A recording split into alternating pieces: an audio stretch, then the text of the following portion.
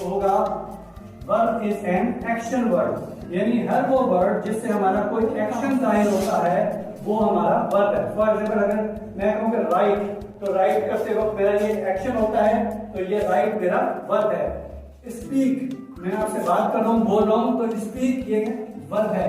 इसी तरह से बेशुमार वर्ब है। प्ले, जब हम खेल रहे होते हैं तो प्लेइंग करते हैं, हमारे एक्शन आ रहे होते हैं। सिंग होता है, अगर हम गाना गा रहे हैं तो वहां पर भी हमारा एक एक्शन होता है। तो all action verbs are called verb.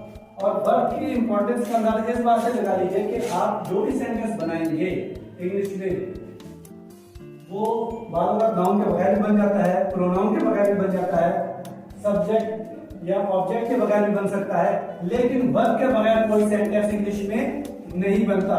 Verb जो है, verb is the most essential part of a sentence. Without verb we cannot form any sentence in English language. तो वर्ब जो है ये बहुत इंपॉर्टेंट होता है। वर्ब की तरफ जब आप आते हैं तो वर्ब की हमारे पास 3 फॉर्म होती है। एक प्रेजेंट होती है, एक पास्ट होती है, और तीसरी को कहते हैं हम पास्ट पार्टिसिपल, या आसान इंग्लिश में आपको फर्स्ट, सेकंड या थर्ड फॉर्म भी कह सकते हैं। और ये क्या होती है मुख्तसरन बता देता हूं मैं आपको। जैसे मिसाल के तौर पे हमारे पास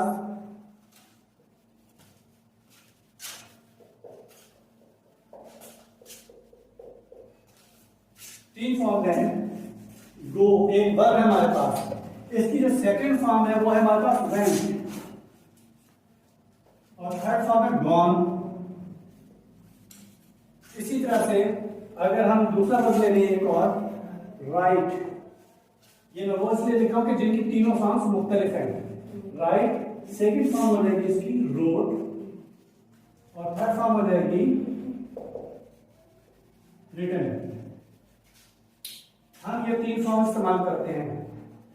ये फर्स्ट फॉर्म और थर्ड फॉर्म तो बहुत ज्यादा इस्तेमाल होती है इंग्लिश में, लेकिन जो ये सेकंड फॉर्म है, जैसे वेंट है या रोड है या मेड है, ये मैं बता दूं कि ये सेकंड फॉर्म सिर्फ और सिर्फ पास्ट सिंपल टेंस में इस्तेमाल होती है, या पास्ट इंडेफिनिट टेंस कह लीजिए, ये वहां पर इस्तेमाल होती है। इसके अलावा इस फॉर्म का कहीं और इस्तेमाल नहीं होता। ये सिर्फ और सिर्फ पास्ट सिंपल टेंस में इस्तेमाल। मसलन मैं जाता हूं, आई गो, मैं गया, आई वेंट, मैं जा चुका था, आई हैड गॉन।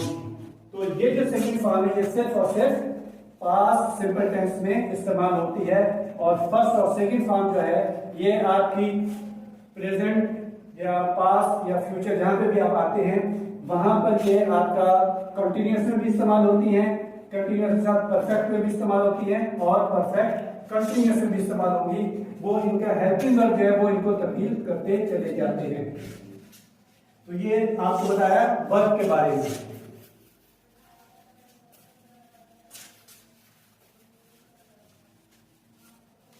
और आज की आखिरी चीज जो है वो जो वर्ब के साथ अटैच होती है वो हमारा हेल्पिंग वर्ब होता है।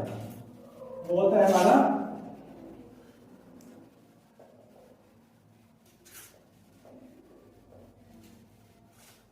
Helping verb.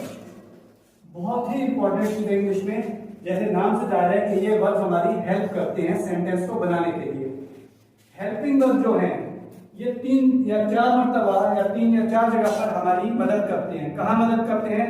नंबर 1 ये कि ये एक तो सेंटेंस को बनाने में इस्तेमाल करते हैं हम इसको, इसके बगैर सेंटेंस बातों बात नहीं बनता हमारा। फिर ये अगर आप नेगेटिव को इंटेरोगेटिव या इंटेरोगेटिव को अफर्मेटिव सेंटेंस में तब्दील करना चाहे तो भी हेल्पिंग वर्ब इस्तेमाल होता है। जैसे आई एम टीचिंग यू, मैं आपको पढ़ा रहा हूं। I am not teaching you, helping verb के बाद नॉट लग रहा है, एम के बाद नॉट आ रहा है। क्या मैं आपको पढ़ा रहा हूं? Am I teaching you, helping verb sentence के